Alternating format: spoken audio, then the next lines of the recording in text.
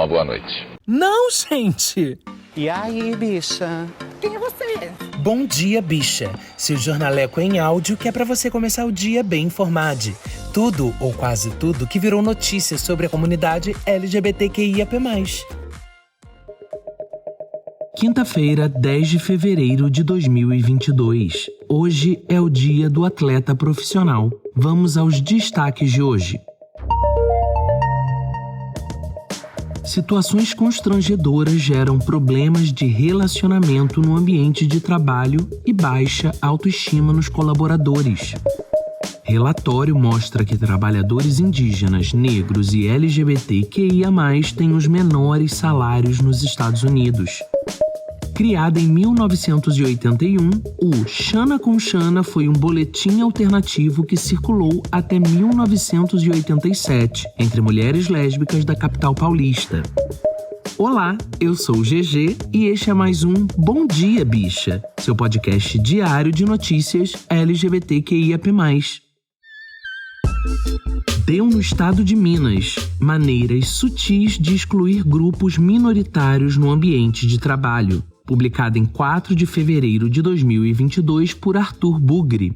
Falo isso sem medo de errar. Se você faz parte de algum grupo minoritário, com certeza já passou por algumas situações constrangedoras e preconceituosas no ambiente de trabalho, não é mesmo? Nesses casos, frases pejorativas, ofensivas, brincadeiras e piadas são recorrentes. Mas o que muitas pessoas não percebem é que essas situações se manifestam de maneiras diferentes, até em formas mais sutis, mas igualmente dolorosas. Quer exemplos? Muitas vezes as vozes de mulheres, pessoas negras, LGBTQIA e de outros grupos minoritários são anuladas durante reuniões de trabalho. Suas opiniões e sugestões não são consideradas, mal essas pessoas conseguem abrir a boca e já são interrompidas sem cerimônia. E de forma acumulada, com o passar do tempo, essas pessoas passam a se sentir inseguras, com medo e constrangidas no ambiente de trabalho por serem quem são. E como esse silenciamento foi feito de forma sutil, essas pessoas sentem frustradas por não conseguirem expor a situação aos colegas de trabalho ou lideranças. Só para você ter ideia, segundo uma pesquisa da consultoria Catalyst,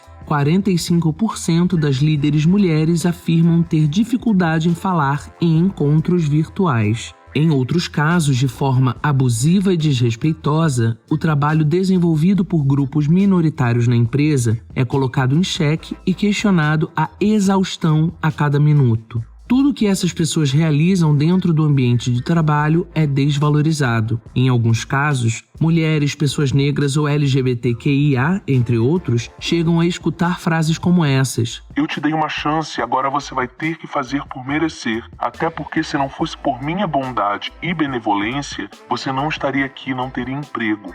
Quer dizer que todo o talento, inteligência, responsabilidade, criatividade e dedicação dessa pessoa diversa não vale nada e ela só tem um trabalho porque alguém na empresa teve dó?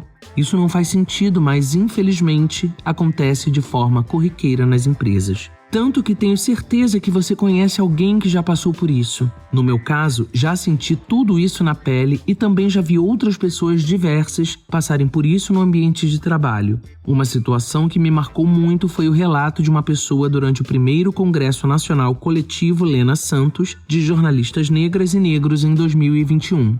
Ela falou que já ocupou cargos de liderança no jornalismo e, por ser negra, já viu seu trabalho ser desmerecido, além das cobranças que extrapolavam todos os limites. Ela explicou que existem diferentes formas de expulsar profissionais negras e negros de cargos de liderança dentro das empresas de comunicação. Ou seja, às vezes essa expulsão não vem de forma direta. Ou seja, as pessoas não escutam que você é uma pessoa negra e não queremos você aqui.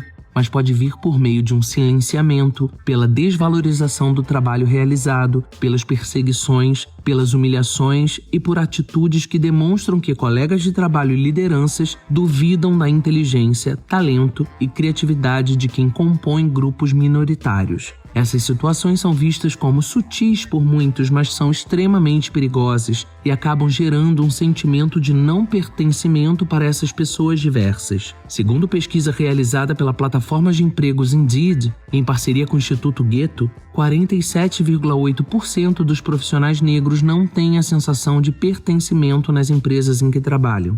A pressão é tanta que às vezes pedem as contas nas empresas porque a saúde mental foi terrivelmente impactada. Deixo aqui a pergunta: como grupos minoritários são tratados dentro do ambiente de trabalho na sua empresa?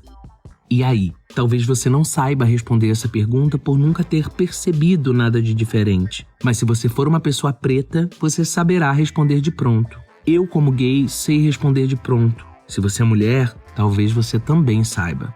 Todo tipo de diminuição tá lá. As brincadeirinhas inocentes são as maiores delas. E nisso a gente vai ficando constrangido de rebater, com medo de acharem que é exagero. A gente ri de tão sem graça que a gente fica. E aí toda uma aura folclórica vai se construindo ao nosso redor. E a gente vira não mais uma pessoa, mas um personagem, né?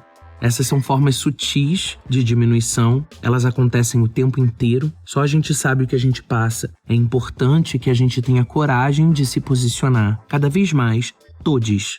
É importante a gente pontuar as questões quando elas acontecem, e existem diversas maneiras da gente fazer isso. O que é imprescindível é que a gente não deixe mais qualquer situação dessas passar batida, passar em branco. Porque a cada silenciamento nosso, a gente está reforçando o comportamento deles. E a gente precisa combater isso. Deu em O Globo.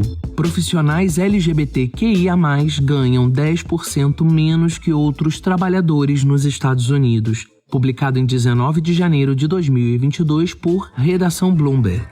Em uma rara análise dos salários de pessoas LGBTQIA+, novos dados mostram que esses trabalhadores ganham, em média, cerca de 90 centavos para cada dólar que o trabalhador médio recebe nos Estados Unidos. Uma pesquisa com 7.000 empregados americanos em tempo integral revelou que os ganhos médios semanais para pessoas LGBTQIA+, chegaram a cerca de $900, de acordo com um relatório divulgado na quarta-feira pela Human Rights Campaign Foundation.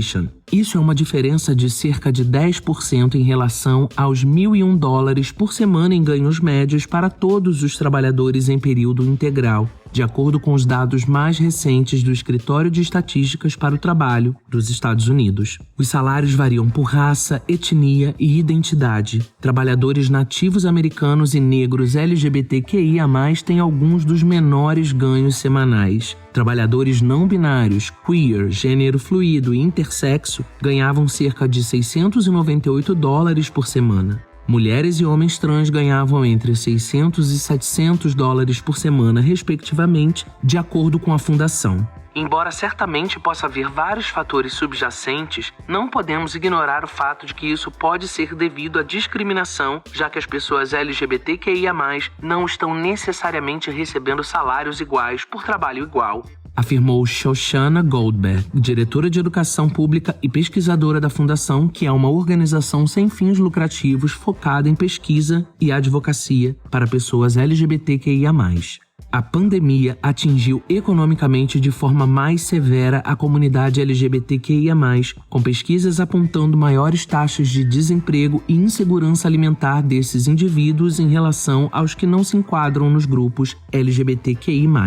Em uma pesquisa inédita do US Census Bureau, órgão responsável por estatísticas populacionais nos Estados Unidos, divulgada recentemente, quase um quarto dos entrevistados LGBTQIA+, disseram que perderam renda durante a crise. 1 a cada 5 pessoas LGBTQIA+, vivem na pobreza. A pesquisa analisou apenas trabalhadores em tempo integral, portanto, não captura a realidade econômica de todas as pessoas LGBTQIA+, observou Shoshana Goldberg. As pessoas LGBTQIA+, são mais propensas a estarem desempregadas ou trabalhando meio período, e isso só foi exacerbado pela pandemia.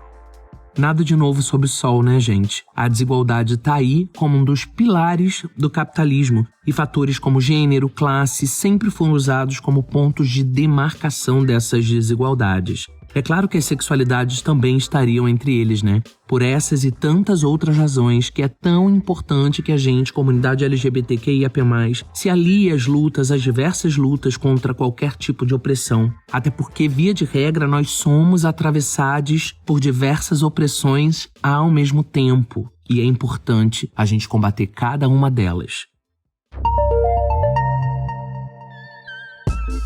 Deu no Gay Blog BR. Xana com Xana, uma trajetória de resistência e visibilidade lésbica, publicado em 4 de fevereiro de 2022 por David Pazzato.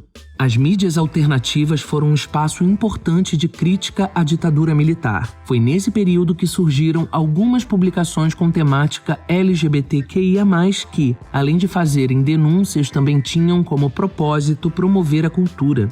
Criada em 1981, a Xana com Xana foi uma revista que circulou até 1987 entre mulheres lésbicas da capital paulista. A primeira publicação foi realizada por uma ala de lésbicas do grupo LGBT Somos, em 1981. A fanzine só retornaria a circular no ano seguinte, em 1982, com produção dos coletivos Lésbico Feminista, LF, e Grupo Ação Lésbica Feminista, o GALF. Símbolo de resistência, o Xana com Xana desempenhou um papel importante na articulação e organização política da comunidade lésbica durante a década de 80. A revista trazia colagens com temáticas progressistas e revolucionárias que pautavam questões femininas, especialmente do universo lésbico. Devido à ditadura militar, a circulação era difícil e se dava de maneira muito discreta. Algumas mulheres lésbicas tinham um certo receio de receber a publicação com um nome que sugerisse sua sexualidade. A fim de melhorar a distribuição da revista, as fundadoras do GALF, Roseli Roth e Miriam Martinho, decidiram comercializar a Xana com Xana no Ferros Bar, um local que já era ponto de encontro de mulheres lésbicas na época. A ideia não foi bem recebida pelo dono do bar e, em 1983, ele proibiu a circulação da revista no interior do estabelecimento, o que resultou na expulsão de algumas mulheres lésbicas. Foi a partir desse momento que iniciou-se um levante em resposta aos ataques sofridos por elas. No dia 19 de agosto de 1983, ativistas do GALF se organizaram e deram início a um protesto que ficou conhecido como o Stonewall Brasileiro e que contou com a presença do movimento LGBTQIA+, feministas e figuras públicas. Após ocuparem o Ferros Bar, o ato foi marcado pela leitura de um manifesto lésbico contra a censura, os abusos e preconceitos que vivenciavam no local. A data se tornou um marco histórico e em memória comemora-se o Dia do Orgulho Lésbico no Brasil.